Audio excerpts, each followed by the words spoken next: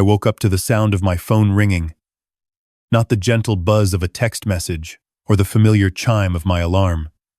This was the harsh, insistent ring of an unknown number at 7 in the morning, the kind of call that makes your stomach drop before you even answer it. My wife Sarah had been gone for 3 years. Pancreatic cancer took her quick, too quick for goodbyes that meant anything.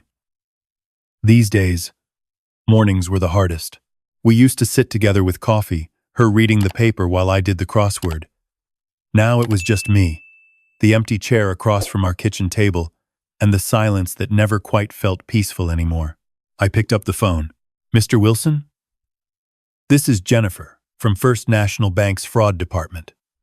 We're calling about some unusual activity on your retirement account ending in 4,782. My hand tightened around the phone. That account held everything. 37 years working for the Postal Service, every overtime shift, every holiday I volunteered for instead of taking time off. $185,000. It was supposed to last me through retirement, help with medical bills when they came, and whatever was left would go to my granddaughter Emma's college fund. What kind of activity? I asked, already knowing it was bad. A wire transfer of $165,000 was initiated yesterday afternoon. The request came through our online portal using your login credentials. Did you authorize this transaction, sir? The kitchen tilted. I sat down hard in my chair, the same chair I'd sat in for 28 years in this house.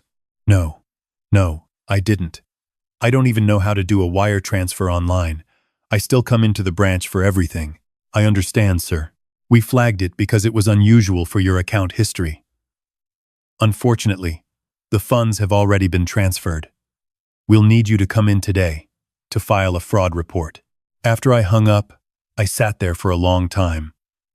Through the window, I could see Mrs. Peterson next door getting her newspaper, just like she did every morning. A normal Tuesday in Riverside, Ohio. Except nothing was normal anymore. I'd only given one person access to that account. Just one. After Sarah died, my son Brian convinced me I should add him, just in case something happened to me. "Dad, you're 67, he'd said, his voice full of that concerned son tone that made me feel both loved and old. What if you have a medical emergency? Someone needs to be able to handle things. So I'd added him. Because he was my son. Because after Sarah died, he'd been there, helping with the funeral arrangements, checking on me every week. Because you trust your children, don't you? You raise them, you teach them right from wrong, and you trust them. The bank was a 10-minute drive. I made it in 6. Jennifer from fraud was younger than my granddaughter, probably fresh out of college, but she was kind about it. She pulled up the transaction history on her computer screen, turned it toward me with an apologetic wince. The login came from an IP address in Cleveland. Do you know anyone there? Cleveland. That's where Brian lived with his wife Amanda and Emma. He'd moved there 8 years ago for a marketing job with some tech company. We used to be close. He'd call every Sunday, visit once a month.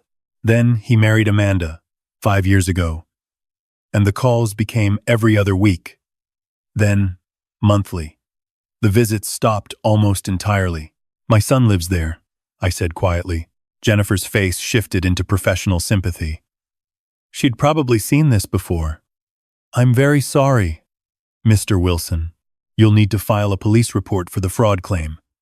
Here's our documentation, showing the transaction details. I took the papers. My hands were shaking.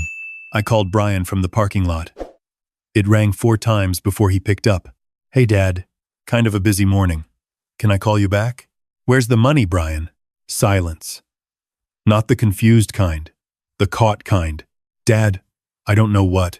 $165,000. From my retirement account. The bank called me this morning. More silence. I heard him moving, probably walking away from wherever he was, looking for privacy. Dad, I can explain. Then explain. My voice came out harder than I intended. 37 years of getting up at 4 in the morning, sorting mail in the freezing cold, dealing with angry customers, lifting heavy bags until my back screamed. All those years boiled down to a number in an account, now gone. Amanda and I. We had some expenses come up. The house needed work. Emma's private school tuition went up, and there was this opportunity. You stole from me. I didn't steal, Dad. I borrowed it. I was going to pay it back. We're family. I thought you'd understand if I explained it first, but Amanda said we should just do it and tell you after, and $165,000 is not borrowing. That's theft, Brian. That's a felony. Don't be dramatic. You don't need all that money. You live in that same little house. You drive that same old truck. What are you saving it for? You can't take it with you. Something cold settled in my chest. I was saving it for Emma's college. The silence that followed was different. Longer. What? Your mother and we started that fund when Emma was born. That money was for our granddaughter's education, so she wouldn't have to take out loans. So she could focus on studying instead of working 3 jobs like I did. I didn't know that. You didn't ask. You just took. I closed my eyes, pressed my forehead against the steering wheel. He didn't answer right away. When he did, his voice was quieter. We bought a Mercedes. Amanda wanted one. And we took a trip to Cabo. Just got back last week. The house renovations, that was real. But he trailed off. A Mercedes. A vacation. While I was eating soup and sandwiches to stretch my social security, putting every spare dollar into that account for his daughter, he was buying luxury cars. Dad, you're being selfish about this. The words hit me like a physical blow. What did you say? You heard me. You're sitting on all this money, living like a miser. And for what? You won't even help your own son when he needs it. Do you know how hard it is in Cleveland? The cost of living is insane.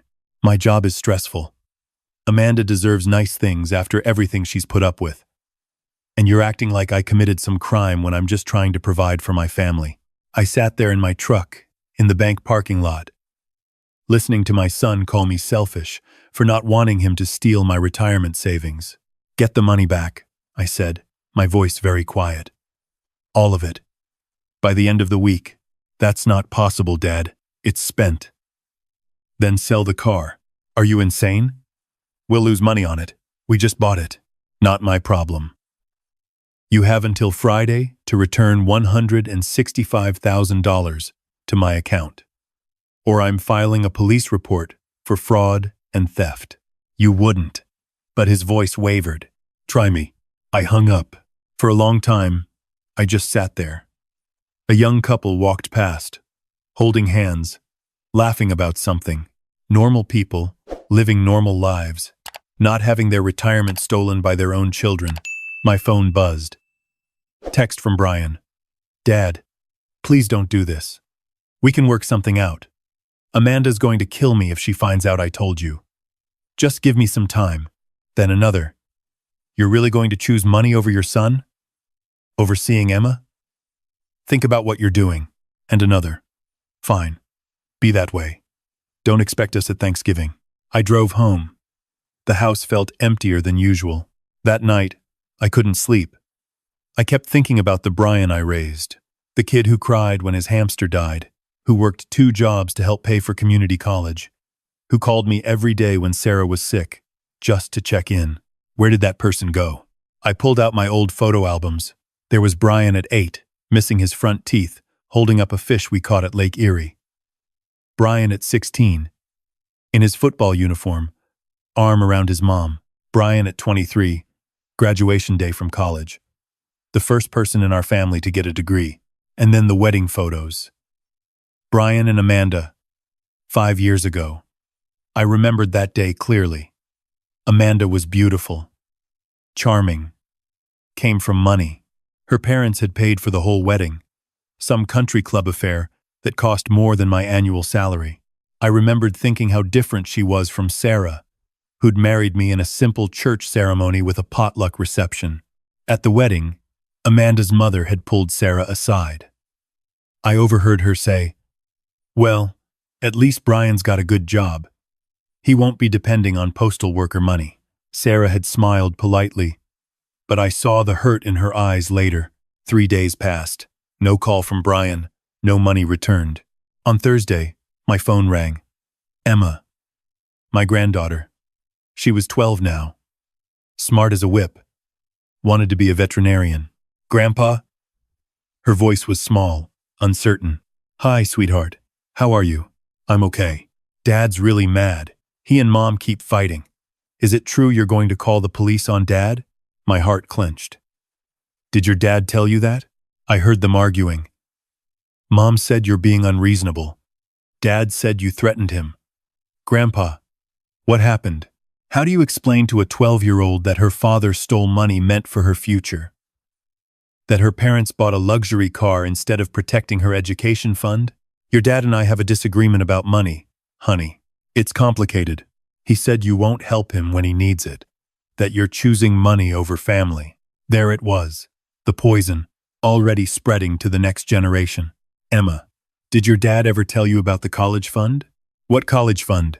Your grandma and I started saving for your college when you were born. We wanted you to be able to go to any school you wanted without worrying about loans. We saved for 12 years. Really? Her voice lifted. That's really nice, Grandpa. That money was in my retirement account. Your dad took it last week. That's what this is about. Silence on the other end. Then, quietly, he took my college money? Yes. To buy Mom's car? Smart kid. She'd figured it out. Emma, I have to go. She hung up. Friday came. No money. At 3 p.m., I drove to the police station. Officer Matthews was maybe 40, had that tired look of someone who'd seen too much. I showed him the bank documents, explained the situation. He listened without interrupting, taking notes. Mr. Wilson, I'm going to be straight with you. This is theft, clear as day. But it's also family, which makes it complicated. Are you sure you want to press charges? Because once we start this process, there's no taking it back. Your son could face serious jail time. He stole my retirement. I understand. And he should face consequences. I'm just making sure you understand what those consequences look like. A conviction for this amount could mean 3 to 5 years in prison. It'll be on his record forever. Hard to get jobs after that. I thought about Emma. About her growing up, visiting her father in prison. About Brian, my son, my boy, in an orange jumpsuit. What other options do I have? I asked. Matthews leaned back in his chair. Well, that's between you and your family. But off the record? I've seen cases like this before. Sometimes families work out a repayment plan, put it in writing, make it legal. That way, there's accountability without prison time. But that only works if the other party is willing to cooperate. I left without filing the report. Yet, that evening, my doorbell rang. Brian stood on my porch, and he looked terrible. Eyes red, hair messy, wearing the same shirt I'd seen him in on video calls 2 days ago. Can I come in? I stepped aside. We sat at the kitchen table, the same table where I'd taught him to do homework, where we'd had the talk about college. So many conversations, spanning 40 years, all at this table. I sold the car, he said finally. Got $62,000 for it. Amanda's furious. She's at her mother's. That's a start. Dad, I don't have the rest. I can't get it. The vacation is spent. The renovations are done. I'd have to sell the house to get that kind of money. And even then, he put his head in his hands. I screwed up. I know I screwed up. Why did you do it, Brian? He was quiet for a long time. You really want to know? Yes. Because Amanda wanted it. Because her friends all have nice things, and she felt like we were falling behind. Because her parents keep comparing us to her sister, who married some investment banker. Because I felt like a failure, and buying her that car made me feel like I was successful, like I could provide. So you stole from your father to impress your wife. He flinched. When you say it like that, how else should I say it? I don't know. His voice cracked. I don't know. Dad. I thought you didn't need it. I thought you were just hoarding it because you don't know how to enjoy life. Mom's gone. You're all alone in this house. You never go anywhere or do anything. I thought maybe you'd understand. if I just explained it right. And when I didn't understand, when I asked for it back, I panicked. Amanda said you'd get over it. She said family doesn't send family to jail. She said, he stopped. It doesn't matter what she said. I said them too. I called you selfish. God, Dad. I called you selfish for wanting your own money back. I poured us both coffee. It was what Sarah would have done. When things got hard, she made coffee. Emma called me, I said. Brian's head snapped up. What? Thursday. She'd heard you and Amanda fighting. She asked me what was going on. What did you tell her? The truth. That her college fund was in that account. That you took it. He closed his eyes. She won't talk to me. She's been in her room for 2 days. Won't come out except for school. She's disappointed. She hates me. No. She's disappointed. There's a difference. I took a sip of coffee. It was too hot. Burned my tongue. You want to know what your mother said to me when you were born? Brian looked up. She said, George, we have to be the kind of people he can be proud of. Everything we do from now on, he's going to see. He's going to learn from us. And we tried. Brian, we didn't always succeed, but we tried. We taught you that hard work matters, that honesty matters, that you don't take what isn't yours. I know. Do you? Because somewhere along the way, you forgot. You married a woman who cares more about keeping up with her friends than about building a real life. You took a job that stresses you out so much, you justify stealing from your father. You bought things you couldn't afford and convinced yourself it was my fault for not giving them to you. So what do I do? His voice was small, broken. How do I fix this? I thought about it. About Officer Matthews and his warning about consequences. About Emma and her college dreams. About Sarah and what she would want me to do. Here's what's going to happen, I said finally. You're going to pay back every cent. Not all at once, because you can't. But you're going to make a payment plan, and you're going to stick to it. $2,000 a month. Every month. For the next 4 years. I'll put it in writing. You miss one payment. I file the police report. $2,000 a month? Dad, that's steep? Yes. Uncomfortable? Absolutely. But that's what consequences feel like, Brian. You're going to feel it every single month when you write that check. You're going to remember what you did every time it makes your budget tight. And maybe, just maybe, you'll learn something from it. He nodded slowly. And there's more. You're going to get a second job. I don't care what it is. Stock shelves. Deliver pizzas. I don't care. You're going to work for this money, not just shuffle it from one account to another, because that's what I did. I worked. Okay. And you're going to sit Emma down and apologize. Really apologize. Explain what you did wrong and why. And you're going to promise her that you'll rebuild that college fund, even if it takes you years. Even if it means she goes to community college first and transfers later. You're going to show her that when you make a mistake, you fix it. What about Amanda? What about her? She's not going to like any of this. Then she doesn't have to. But here's the thing, son. You're 40 years old. You're a grown man with a daughter who looks up to you. At some point, you have to decide who you want to be. Do you want to be the kind of man who does the right thing even when it's hard? Or the kind who makes excuses and blames everyone else? He was crying now. Not loud, just quiet tears running down his face. I miss her, he said. I miss Mom. She'd know what to say to fix this. She'd say exactly what I'm saying. She'd just say it nicer. We sat there for a while. The coffee got cold. Outside, the streetlights came on. I'll sign whatever you need, Brian said finally. The payment plan. All of it. And Dad, I'm sorry. Really. Truly. Sorry. Not because I got caught. Because I hurt you. Because I betrayed your trust.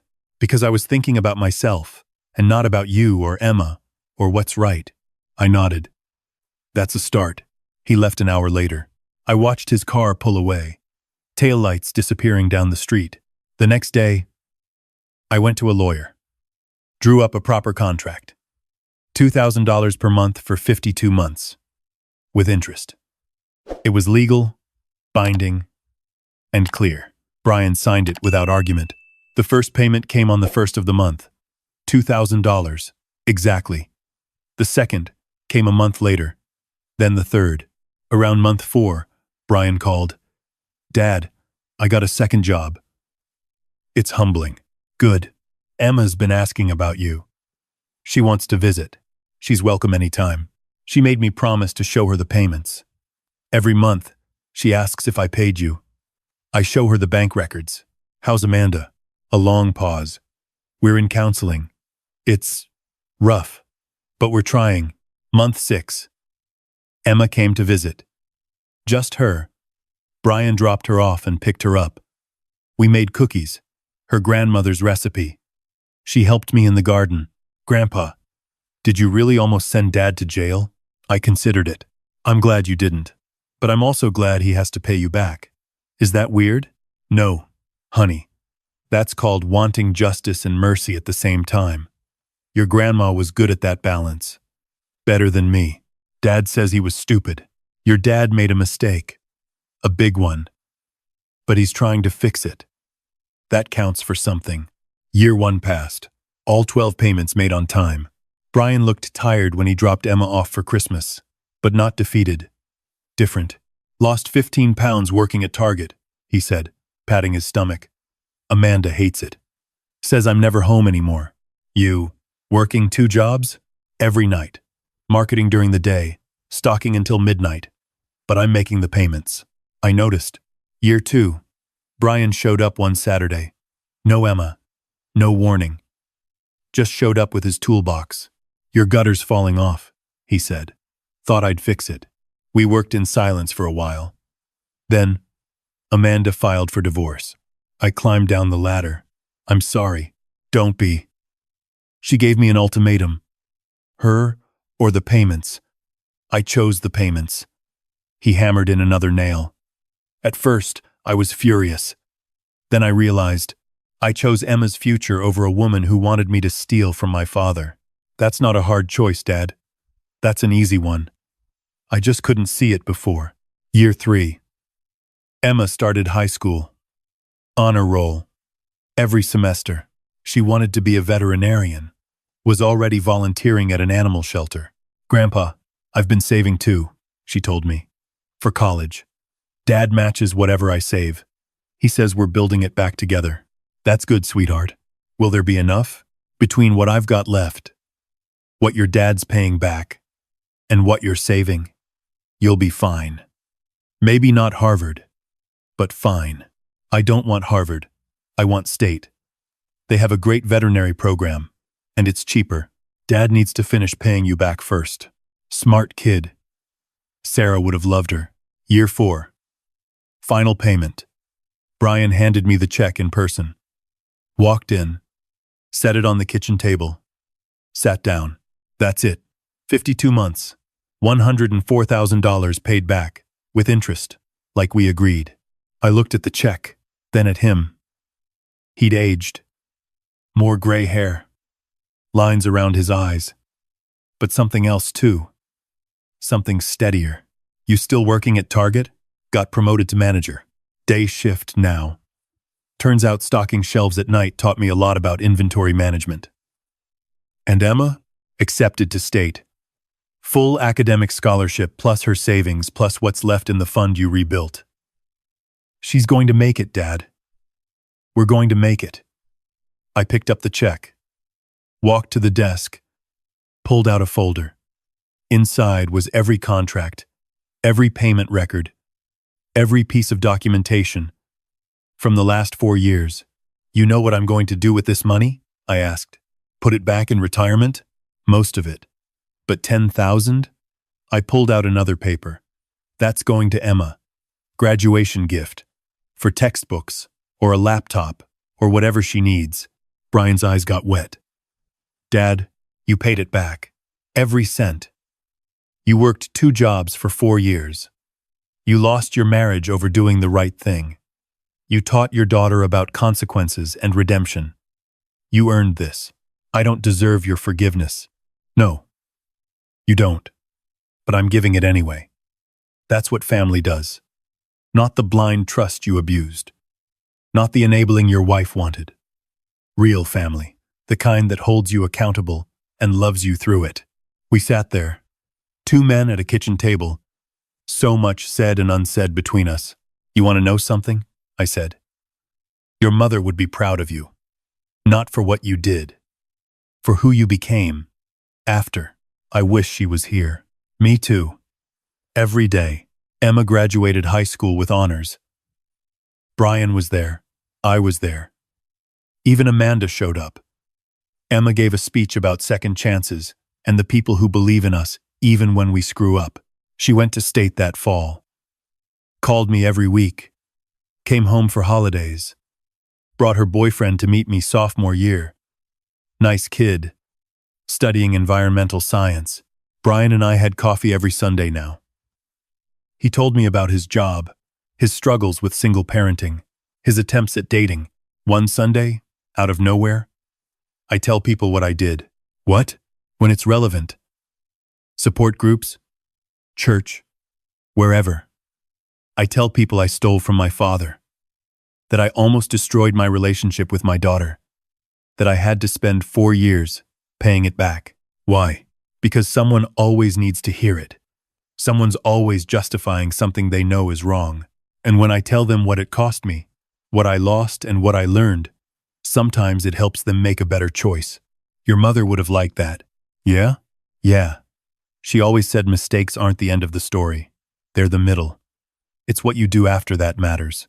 I'm 71 now. Retirement's comfortable, not luxurious, but enough. Emma's in her 3rd year of veterinary school. Thriving. Brian's dating someone new, a teacher. Seems good for him. Grounded. Last month, Brian brought me papers.